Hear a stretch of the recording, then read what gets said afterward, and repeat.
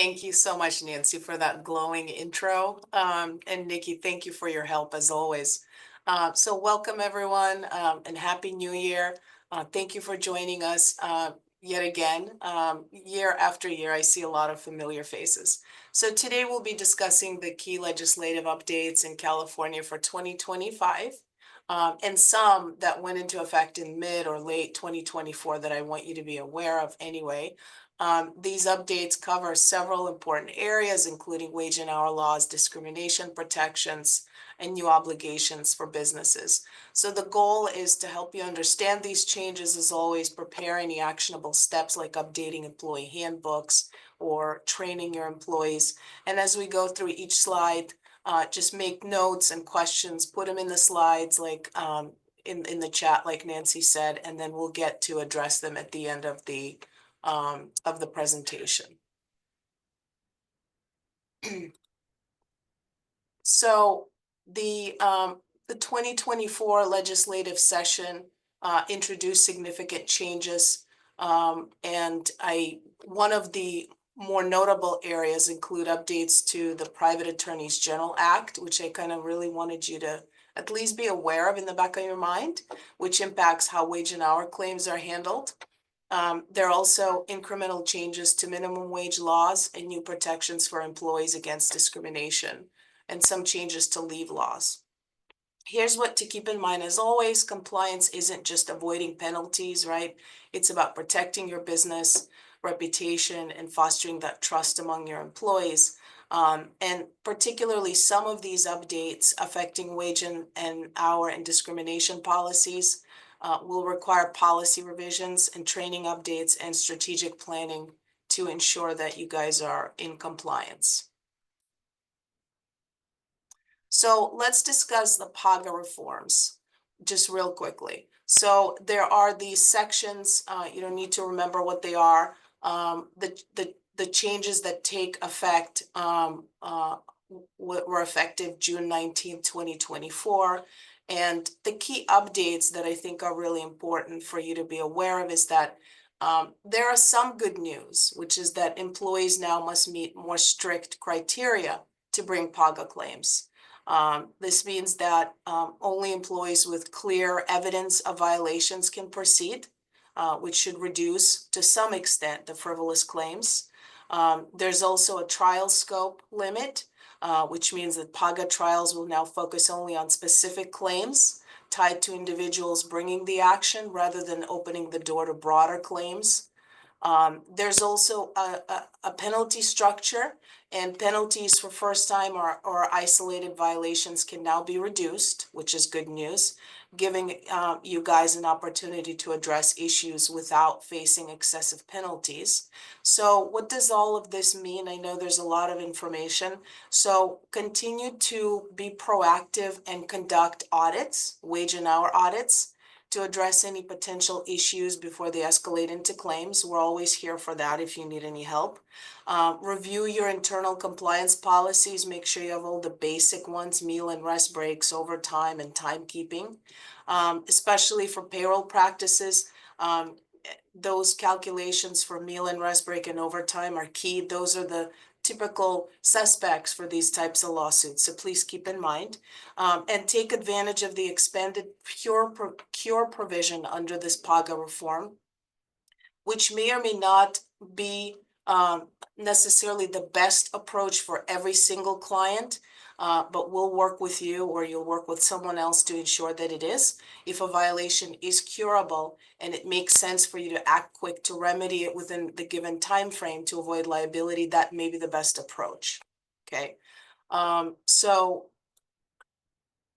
I just want to go into the next one, which is the construction worker exemption under PAGA.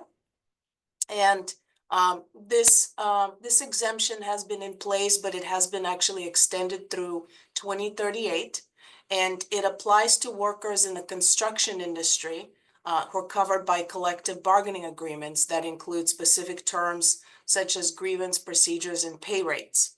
So if your company operates in the construction industry, confirm that your agreements comply with these terms that can give rise to the exemption. And although this exemption offers relief from PAGA claims, you still have to make sure that you're complying with all the other labor code provisions, because you can still be in if you're violating some labor code section. And with the minimum wage increase, let's just go over the state. I know most, if not all of you, are now up to date with this, but this became effective January 1st, and the state minimum wage increases from 16 to 16.50 statewide per hour for non-exempt employees. And I'm sure you guys have been following closely, but Prop 32 was rejected. Very narrowly, but nonetheless was rejected. So no $18 per hour. Woohoo.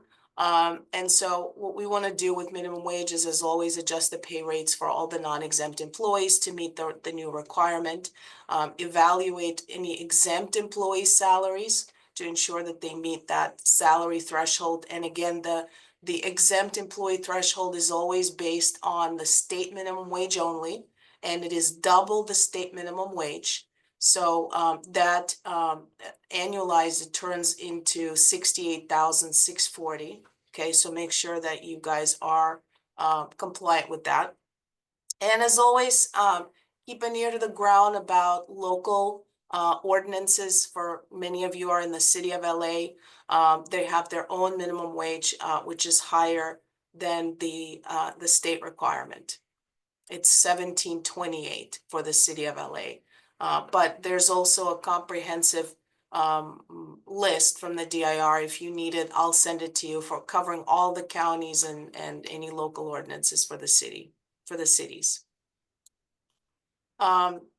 There are also industries that have their own minimum wage minimums. So if you are in any of these industries, keep an eye out. So healthcare, I know most, if not all of my clients have called already and checked whether this SB 525 applied to them for the healthcare workers. That became effective October 16th, and the minimum wage rates, depending on the type of provider that you are, ranges between $21 to $25 per hour at varying rates, and it's gradual. So definitely make sure that you've looked at that, and if you haven't, definitely contact counsel. For fast food workers, minimum wage is $20 per hour, subject to adjustment by the council that's been appointed to make those decisions. And hotel workers, for my hospitality industry clients, definitely has its own minimum wages. So keep an eye on that. For unionized workplaces, there are wage and hour exemptions, but in order for those exemptions to apply to you, the employee must earn at least $21.45 per hour. So take a look at this if you're union. If you're not meeting this wage threshold, then these employees are not exempt, and they need to be receiving meal, rest break, and overtime. Let's jump into the expanded discrimination provisions now. So under SB 1137 and AB 1815, there are expanded California discrimination protections. So what these do is they clarify that discrimination based on a combination of characteristics like race and gender is prohibited, right? And I'm sure that when most of you saw this, you thought, well, don't we already have this in place? This is a little different. So what's happening is they're putting everything together under one law.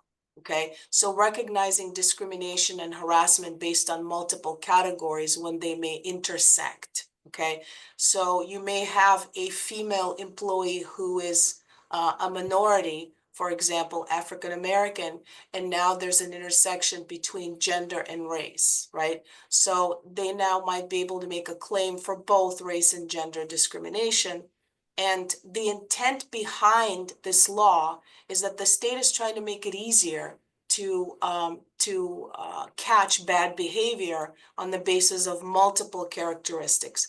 And the reason I say easier is, for example, the discrimination on the basis of race may not be as severe or pervasive as on the basis of race and gender together. So the state is actually allowing like this intersection of bad behaviors to be clumped into one in order for an employee to be able to make that claim easier, right? So the state is just continuing to try to make it easier for employees to bring claims. And if, you know, one may not be severe and pervasive enough, if they tack on multiple characteristics, the employee may actually have an actionable claim. Okay.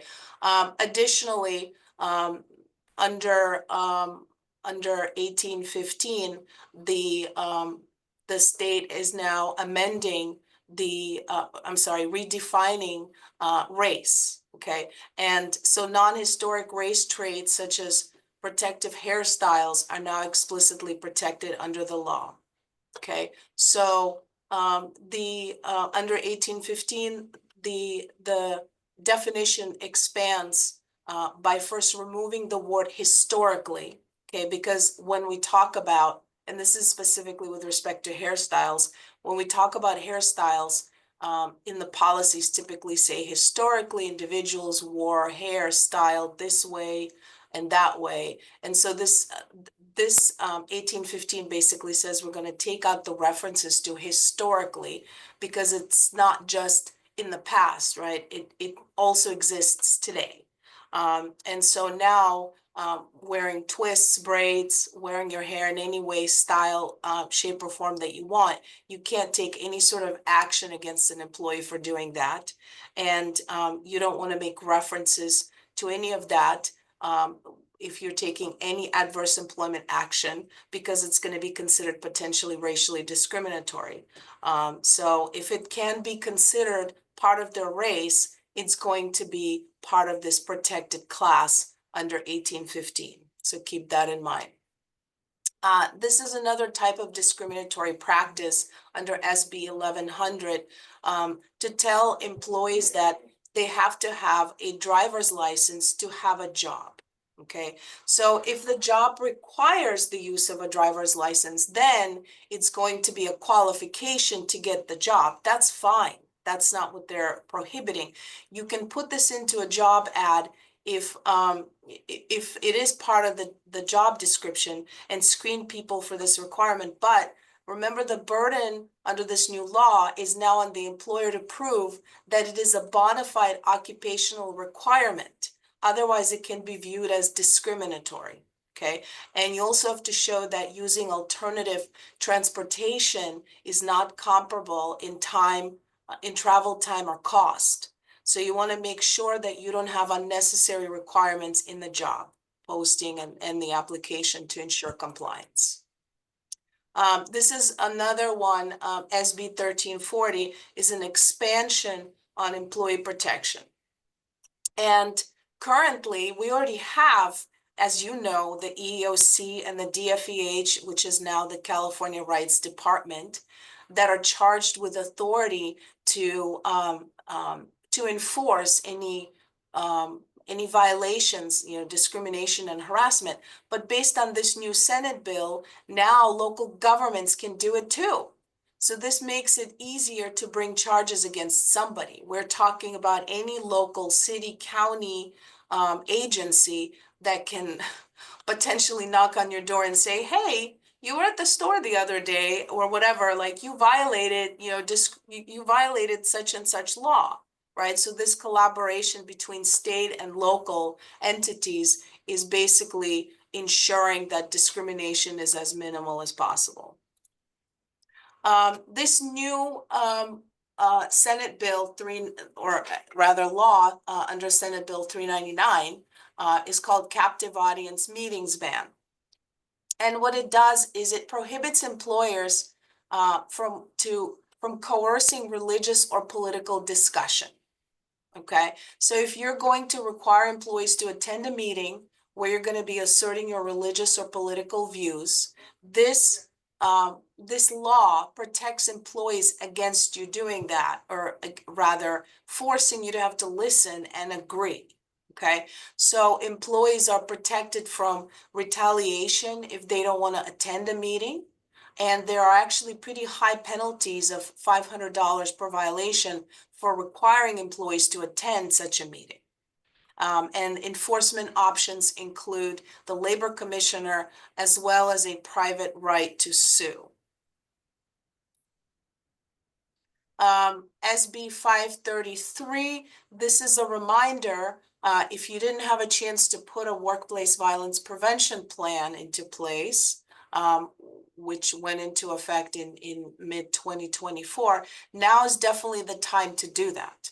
It requires most employers to maintain such a plan. As part of this plan, you're going to need to conduct a workplace hazard assessment. There has to be a written plan and a training component. So when you're hiring a new employee also, you have to ensure the new employee is aware of the plan and the requirements and the training. So you can't just do it once and be done with it forever. You have to keep it updated and make sure new employees understand it. There's also a document retention requirement, so feel free to contact us if you need any help with the plan or the training or putting this into place. There's a new notice requirement under the workers' compensation statutes. It's not such a huge deal, but essentially the bill requires that employers include this notice to employees of their right to retain legal counsel regarding their workers' compensation rights and their claim. So make sure that you're notifying employees, and this will require an employee handbook update, and essentially a notice has to go out to employees so that they're aware that they're entitled to have a lawyer represent them. This one expands Cal OSHA coverage. Okay, so essentially, currently, Cal OSHA excludes domestic service, but starting July of this year, it will include and apply to domestic workers, ensuring that workplace safety standards for this workforce that has not previously been regulated are in place. There are some important exemptions, such as if you're a publicly funded service, family daycare homes, and private individuals hiring for tasks such as cleaning and caregiving. But it's kind of like a convoluted long bill. So if you're not sure whether this applies to you, I recommend that you reach out to seek legal guidance if you fall within the exemption or not. And if not, then you'll need to comply now. This shift will require you to potentially comply with Cal OSHA standards, including training, providing protective equipment to employees, and assessing hazards. And this bill is no joke because it imposes criminal penalties for noncompliance. So again, it aligns with the existing rules under OSHA, and you just want to make sure to determine whether it applies to you or not. This next one, the LA Fair Chance Ordinance, applies specifically to companies with 5 or more employees doing business in the unincorporated area of LA County. Okay, a large portion of this bill is already in effect as part of the larger ban-the-box California-wide law. So chances are you're likely already complying with it, but I also know that now the different cities, counties, and unincorporated areas have a higher standard, especially under this law. There's lots of different little requirements under this ordinance. So if you have employees who work at least 2 hours of work in an unincorporated area of LA, you need to make sure you're in compliance with this law. It has a lot of different provisions, but we know from Ban the Box, for example, that you cannot inquire about criminal history before a conditional offer is made. So you need to make sure you're not running background checks until this type of offer is made. You're required to make an individual assessment based on the results, and there's notification and fair chance process. Essentially, employers are limited. They cannot go more than 7 years in inquiring about background or criminal history. There are some exceptions to that. There are penalties and enforcement in place. So you want to make sure you're training your HR people not to ask certain questions before offers are being made, and that you have the proper record keeping in place. Okay, and this will require that you update policies and practices so that you're not putting something in a job posting that you should not be. Okay, so this is the LA Fair Chance Ordinance. This next one is gonna be in effect this coming July. And that's a typo in my PowerPoint. It should say 2025. LA County is going to be basically nearing with what the city already has, the Retail Fair Work Week Ordinance. And this applies to retailers and grocers with 300 and more employers globally. They define this loosely as applicable to those whose revenues are mainly generated by sale and tangible consumer products. But please go look at it because specifically in how they define who's covered as an employer and how they do their count of 300 globally, because every one of these laws is slightly different, state, local, federal. So you want to make sure you understand whether you're covered. This law requires employers to give employees at least 14 days advance notice of their schedule. So there are a lot of penalties involved if you don't do that, or if you decide to make changes without that requisite notice period.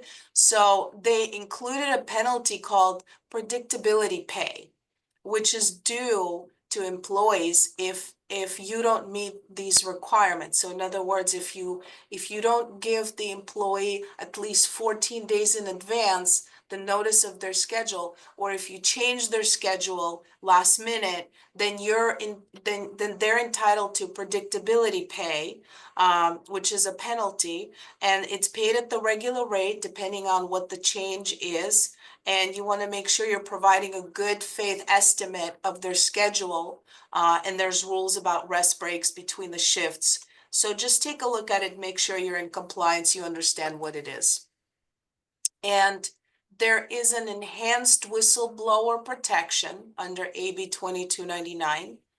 And again, you want to make sure that you take a quick look at this because there's a posting requirement specific to this.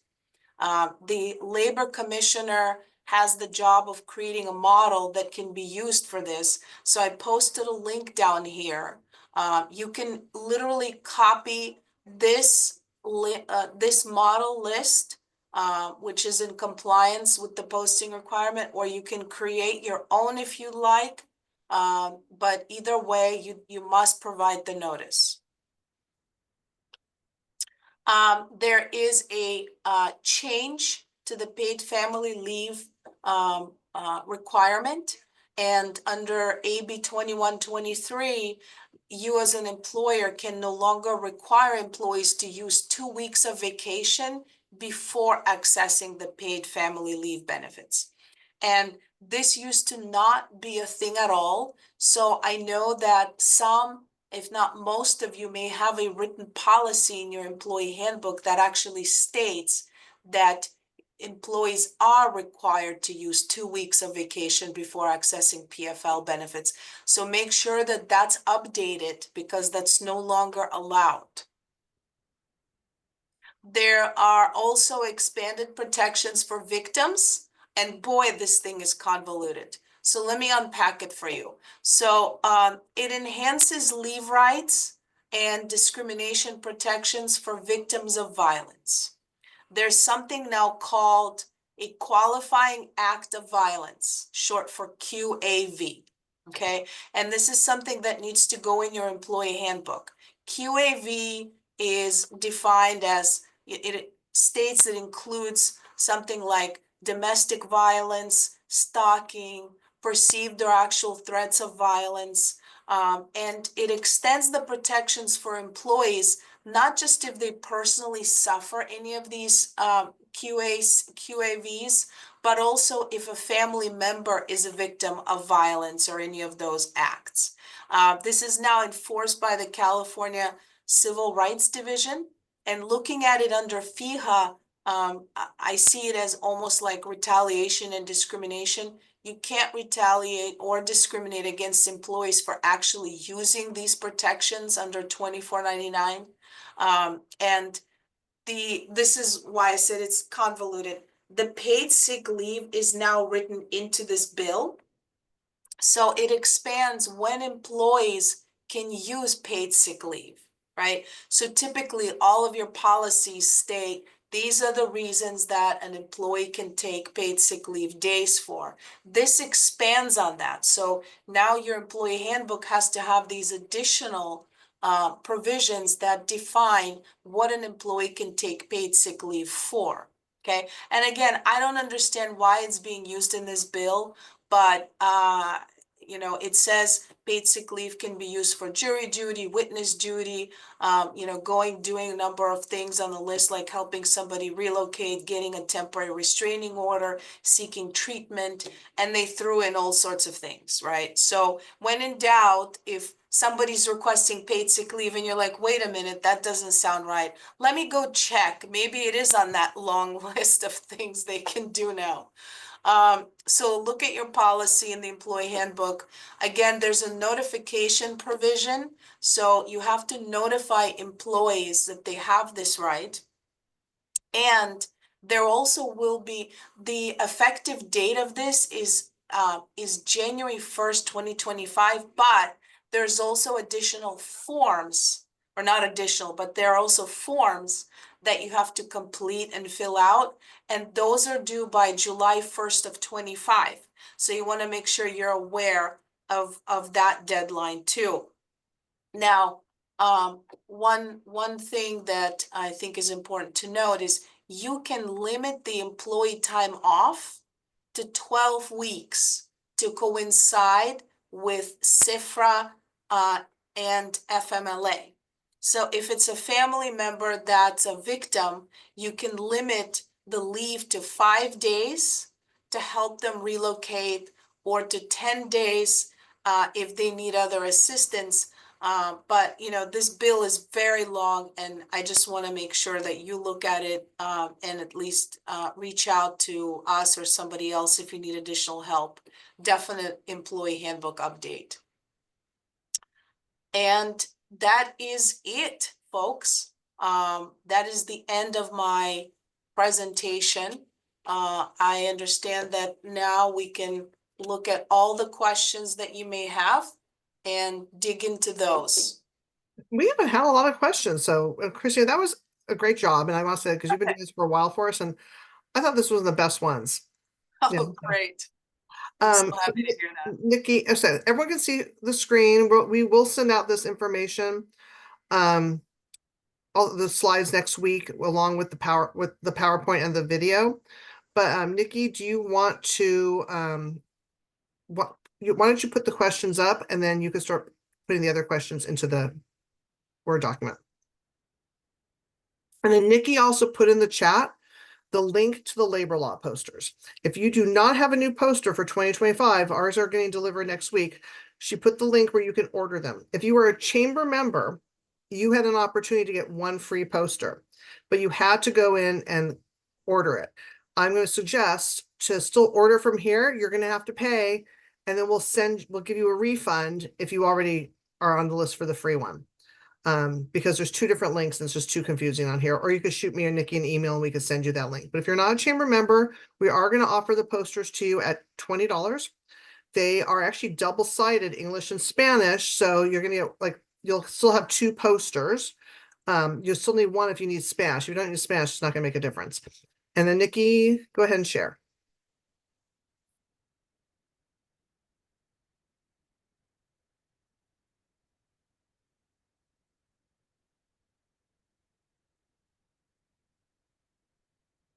I stopped Kristina's, that might help you.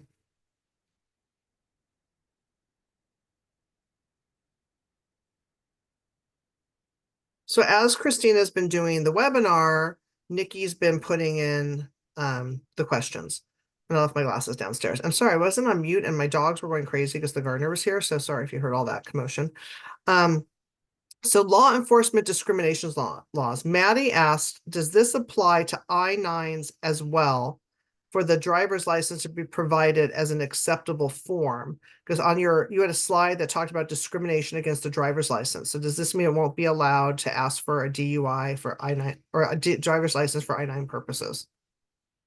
No, that's not at all what it is, Maddie. You can absolutely ask the immigration requirements are completely separate. So you can require a driver's license, or what I usually recommend, you probably know, is any photo ID, right? You can say California identification, or a California driver's license, or a passport with a photo ID, right? Anything that has a photo ID.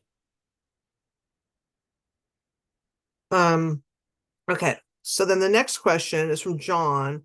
The retail fair work week, does 14-day notice also only apply to retail? Yes, it does. And then Ileana, what forms are required to comply with AB 2499? You'll have to remind me what AB Wait, 2499 wait, hold is. on, Nikki, even if they're non-members, we're giving them the member price, so they could just use that first link you gave them. Or was that the link for members? So make sure you give everyone the link that's the Yes, 20. that first link was the complimentary link Oh, for members. okay. So if it says tiny URL, that's chamber members only get one free poster. You only get one. And then you could purchase the other ones at this link that Nikki gave you, which is the member rate. Okay, sorry, just want to okay. Okay, so Ileana Thomas, what forms are required to comply? I'm sorry, Christina, for interrupting you. No, I just looked it up. So, okay, so The expanded sick leave. the expanded sick leave, you're asking what forms are required. There are specific forms that I think you can download them from the DIR. If you'd like, you could shoot me an email and I could send them over to you. And why don't you send them to us too, Christina, in case someone else comes Yeah, back. that's a good idea. I'll send them over to everybody. Okay. Then Jose, for AB 2499, what forms need to be complete from the employer? And do we need to just give it to the employee or be submitted to who? I'll send them over and it'll make things very clearly. Okay. Arvid, in relation to the Fair Work Week requirement, is it applicable to clinics who provide pharmacy services in addition to clinical services? We're gonna have to check on the definition to see if it's applicable to you, Arvid, okay? So let's look into that and then we can nail it down. I Nikki, don't know the answer off the top of my head. Nikki, can you put like a little asterisk by that one so Christina knows? And the one about the AB 2499? That way we'll know what ones that we're sending people information on. Perfect. And then Bree, LA Fair Chance. If a candidate preemptively discloses a felony ahead of the background check, and it happened more than 7 years ago, does that mean the employer can't take adverse action? You know, every circumstance has to be evaluated on a case by case basis. And so more than 7 years ago, you found out about it.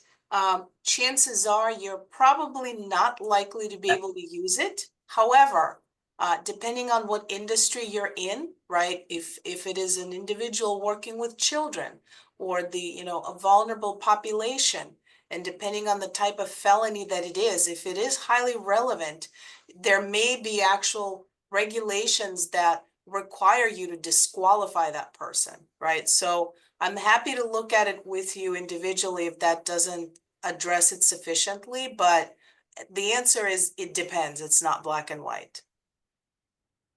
Bree, if you want to unmute yourself and say if that you want to get in touch with Christina or just write something in the chat, let us know. And then Beth, both the chamber, and I'm assuming you mean the Cal Chamber, and the EEOC have presented that it's unlawful to obtain medical data to justify accommodations under FEHA. Can you comment, please? I think for this one, you'll have to unmute Beth because I need a little more context. If you're still there.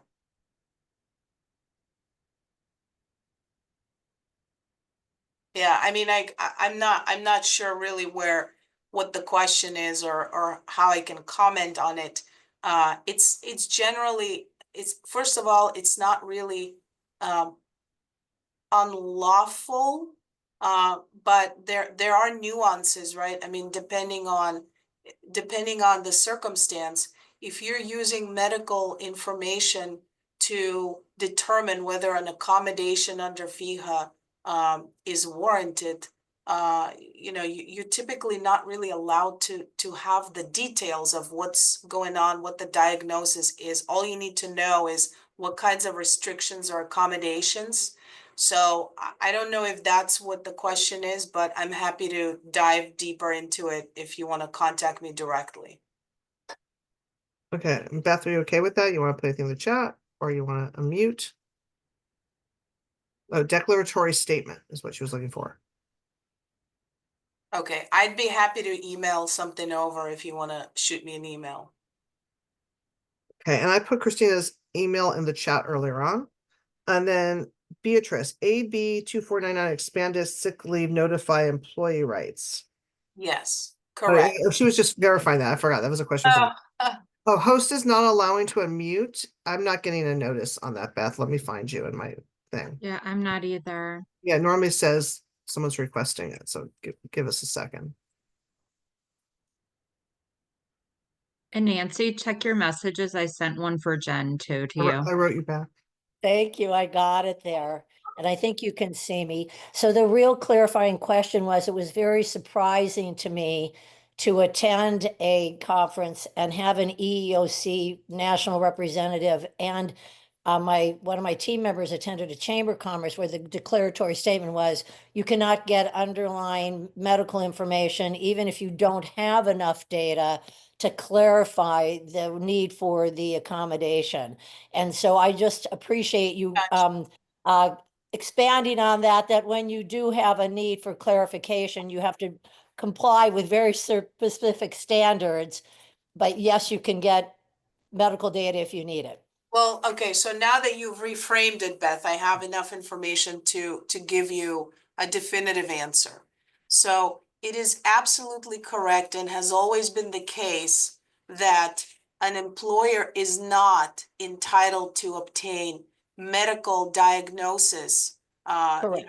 details, medical records in order to Correct. determine whether to accommodate. Nothing has changed in that regard.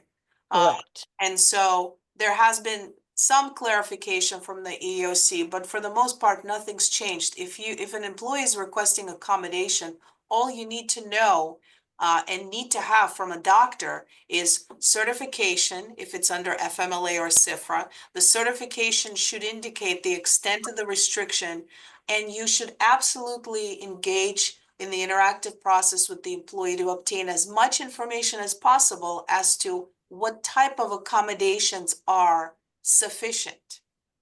So can I just clarify, and can you clarify for us? Are you saying that the employer is not able to understand what the nature of the disability is?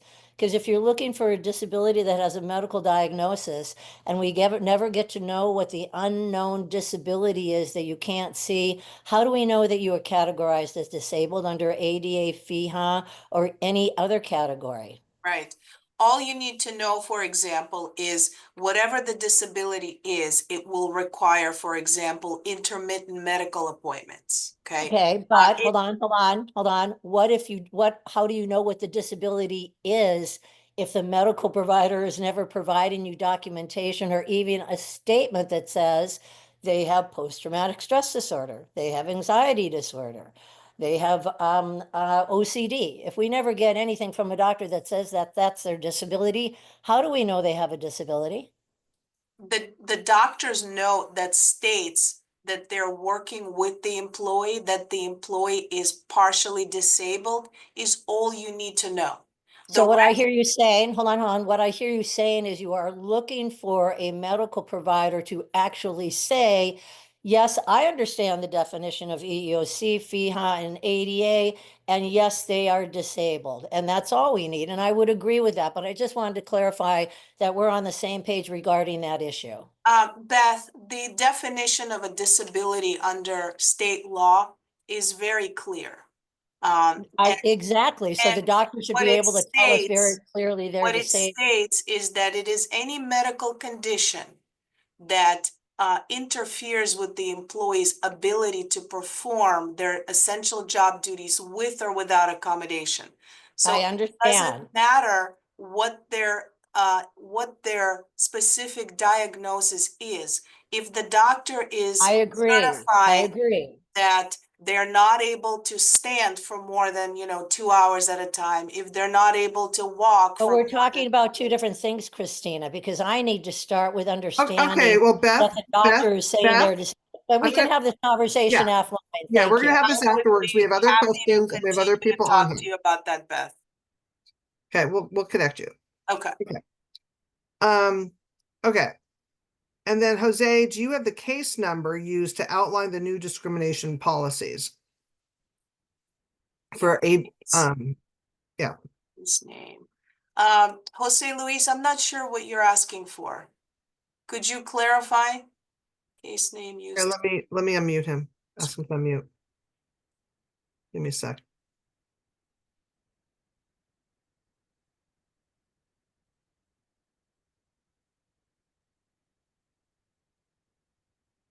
Oh, thank you, finally.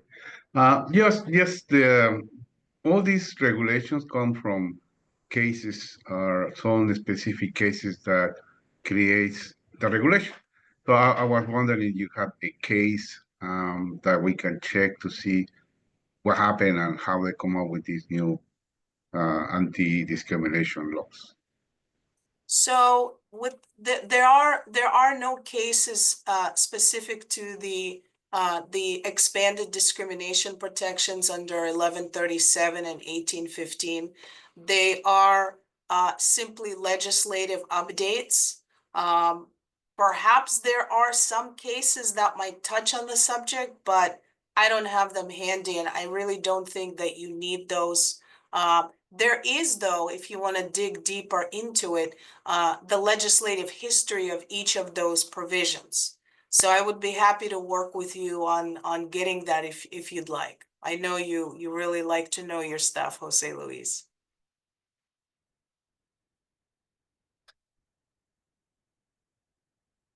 Jose and everyone, I'm going to put in the chat in case you want to look it up. This is where we look up our legislation, and you're able to put in the bill number, and you can look at the history, and you can look at the amendments, and you can even look at the very first introduction of the bill compared to what it was at the end. So I put that link in the chat, Ledge Info. Okay, and then Arvid, can you expand on the new limitations on PAGA claims? This is a whole hour of a discussion. It's very, very in depth, and what's important for you to know is that you can now cure, and there are very specific limitations on the size of the employer, the type of the violations, and the types of cure provisions, and the restrictions on the standing penalty, the standing requirements, and the specific penalty structures. Unfortunately, for me to get into it, it would take just a significant amount of time. But if you would like, we could put an asterisk next to that. I can send you an article that we wrote that outlines all of these specifics. I would be happy to share it with you. And I'm putting in the chat my op-ed on PAGA, which is an abbreviated version of Kristina's long thing. Just so you know, whether I don't know if Landegger Law Group is doing it, but I know Cal Chambers, they literally have, as she said, an hour-long workshop on just how PAGA affects everyone. We do too. Yes, so Kristina, if you want, you could send us like how they would sign up for that, and we're happy to send that out to everyone. Perfect. Or Kristina's going to have the registration list. If you want to send it out, I don't care. Let's get that information so that way you can, if you're interested in learning more on that PAGA Act, it's there. Okay, I just put in my op-ed. It was actually in the Business Journal, and Cal Chamber shared it from the Business Journal. I remember that was great. It was really good. Thank you. Well, you fired me up, lady. And then Ileana, can you give an example of AB 2288 PAGA penalties of isolated violations reduced? This is something that will have to go in that workshop and the article that I have. It's really difficult to answer this or to give a specific example.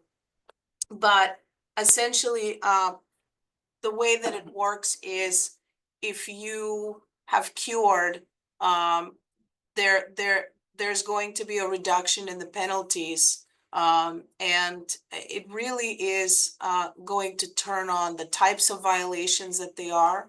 And like I said during the presentation, it really depends on whether it would benefit you to even cure, because sometimes the violations are so significant and we end up recommending that the case is mediated and settled, in which case I will tell you that I don't recommend that you cure, because curing essentially is an admission on the record that you have made, that you have certain violations.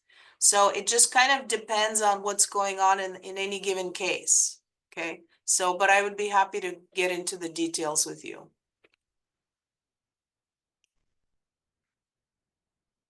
Sorry, I have to unmute myself. Yeah, when I wrote, oh, wait, you are muted. What? I have to, it's fine. I'm the host. It keeps asking me to unmute myself. I have to request myself to be unmuted. Yeah, when I wrote that op-ed piece, it's so important because Kristina's right. It's not, they've limited, and you can look at what I wrote. But it's so specific to each instance too. It's just now it's just not it's kind of like the website ADA. It's not an automatic, you're wrong. Now there's opportunities to have an off-ramp, so to speak, versus just like right away you're wrong. And so that's where that one's at. There are no more questions in the chat. So do you want to put your information screen back up? Yeah, Your slide with your last one on it? let me get to it. And then here, let me unscreen Nikki. And then she's gonna put that. I'm gonna try that other poll again really quick, folks. And let's see if this one works. We want to know how many employees you have. If you're actually here representing a law firm, why don't you just do the, it's not letting me, someone else keeps saying polls being shared. Well, I guess we're not doing that. Now I know in the future I have to put both questions. Oh, wait. Oh, it might have worked now. Hold on. Let's see. Okay, here it is. I just put up a poll. Can you all see it? Please let us know. And if you're a law firm and you're representing employers, put the average employees of the people that you work with. That would help us, because we just want to make sure that we're gearing this to everyone. We know that not every law out there pertains to you, but we want to make sure that we cover as many bases as we can. I mean, in the past, we had some years where there's like 20 new laws and Kristina became an auctioneer, how fast she spoke. And then this time, there's still new laws, but it's a lot more condensed. So, if you're, oh, I know some people on the phone. So, 73% of the people have responded. Let's just give it another couple seconds for people to, because it'll time out the question. So while we're here really quick, I just want to remind people about some chamber things. We do have a paid family leave grant. So if you are an employer in California and you have one employee out on paid family leave, they had to be on it on June 1st. Now that means they could have been on it in May and their paid family leave went through June. It could have been they went on in October. You could be eligible if you have under 100 employees for a paid family leave grant. And that grant is to cover, it's not for the employee, to cover the cost of cross-training, upskilling, possibly hiring an employee to cover that person's job while they're on leave. So I'm going to put the website in the chat. We had this grant before, and we went through the money like in 120 days. This time, they gave more money, and we helped our friends at another chamber get the money. So between the two of us, we had like $750,000 to give away, but we are down to our last $250,000. So if you have someone on leave that was on it on June 1st, and they could have, like I said, gone on it now, please make sure you go to this website, California PFL. It's an easy application. If we have any further questions, we just get back to you with them pretty quickly. And that's really it on that. So please remember. And then also don't forget the labor law posters. If you're a member, you can get a free one. If you're not a member, we're going to give you a member price. If you need additional ones, you'll have to go to the website that Nikki put up there. And then I'm going to share the results. Let's see, what has come out? So 45% of the people here have more than 100 employees.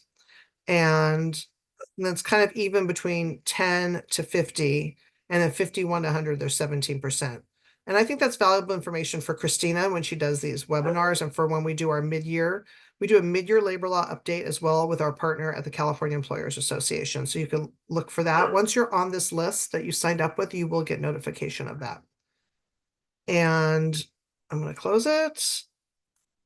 And I just, Nikki put in the chat all of our, where you could find our chamber events. We do have our New Year Mixer and Tabletop Trade Show. We have 5 booths left. That's on January 30th. 30th, correct. And then, yeah, I keep giving the dates wrong. And then, hey, Kristina, go back. Are you not able to fix the display screen or no? Oh, are you guys seeing? Yeah, so it's okay. And then what we're really excited about is our Women of Impact Lunch. This is our second one. Last year, if you were there, it was our kickoff. We had Mayor Bass, we had Stephanie Wiggins, who runs Metro. We had Rachel Michelin from the California Retailers Association, and we had